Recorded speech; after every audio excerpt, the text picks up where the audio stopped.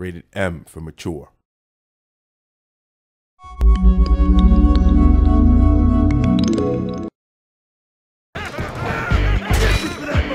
Hey, that's my move. I invented that. You invented killing somebody with a signpost and a tire? I think so.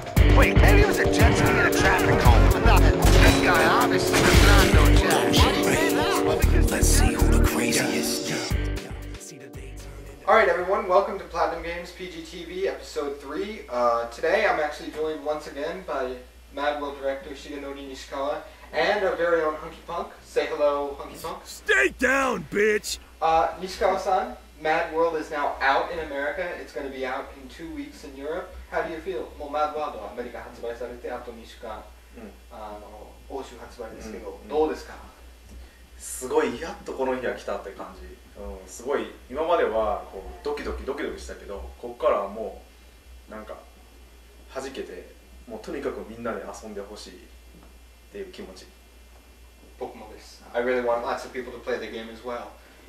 And one of the really cool things about MadWorld is the announcers, and our guests for this show today are actually Ken Pontek and Warren Graff, the guys who wrote the announcers. They also worked on Happy Tree Friends. 西川さん、ケンと俺はどうやって関わってたんですか？どうやって見つけたんですか？最初の2人の提案はセガさんから、こういうライター、面白いライターいるけどどうっていう提案があった。いくつか他にも、ライターさんの提案あったけど、その中で僕はすごい、気に入ったのは、彼らはそのハッピートゥリーフレンズの作ってたっていうのがあって、もともと俺すごいハッピートゥリーフレンズ好きだったので、それでもう絶対あれだったらマッドのより面白いところを引き出してくれるかなと思って、それでお願いした。Alright everyone, well I guess it's time to bring Ken and Warren and also Mark McDonald into the podcast. We shot it over iChat and let's switch over to that video. Enjoy.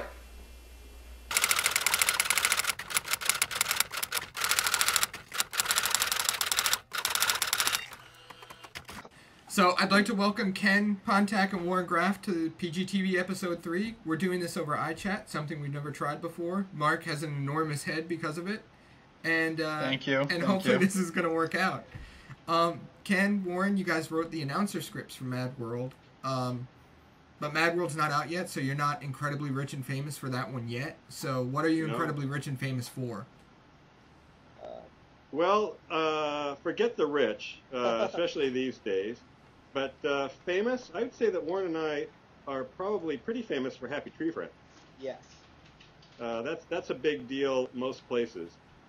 Surprisingly a big deal. Yeah. I get a pretty good reaction from it. Mm-hmm.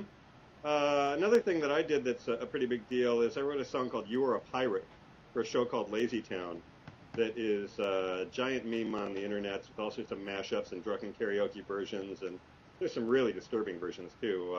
You kids should check it out. Ken, I noticed you didn't mention Moonstruck at all in your little bio there. According to IMDb, you have some uncredited visual effects work on that in that movie. Wow, you did your homework, dude. You did your homework. I'm very impressed.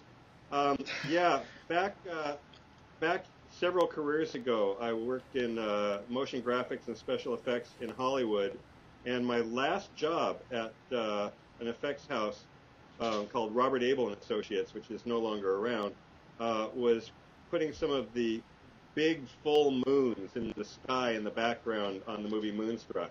So I had digging up images of the moon and compositing them in cityscapes. And I didn't get a credit for that. I get to touch you. Oh, yeah. God, What's up with that bullshit? How do you not get credit for that? Is this a political some other guy? It's the guild. The guild. It was the Moon Guild. Yeah, really. It's fine. I'm astonished I get credit for that at all. A lot of things that I've done, I don't even remember until I see them on YouTube or something weird like that.